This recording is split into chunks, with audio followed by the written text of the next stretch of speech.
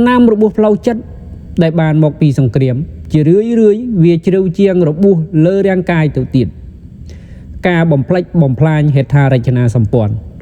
អ្វីដែលមនុស្សចំណាយពេលរាប់រយឆ្នាំដើម្បីសាងសង់ដូចជាប្រាសាទបណ្ណាល័យសាលារៀននិងមន្ទីរពេទ្យ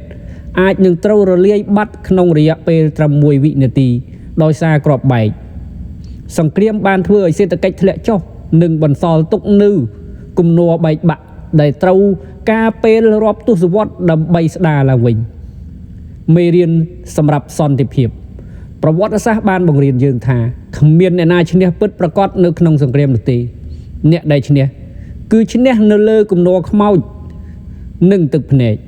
ការចរចានិងការយោគយល់គ្នាគឺជាផ្លូវមួយអ៊ីគត់ដែលនាំមកនូវការអភិវឌ្ឍប្រកបដោយចីរភាពសន្តិភាពមិនមែនគ្រាន់តែជាការអវត្តមាននៃសង្គ្រាមប៉ុណ្ណោះទេប៉ុន្តែវាគឺជាវត្តមាននៃយុត្តិធម៌និងការរស់នៅដោយគ្មានការភ័យខ្លាច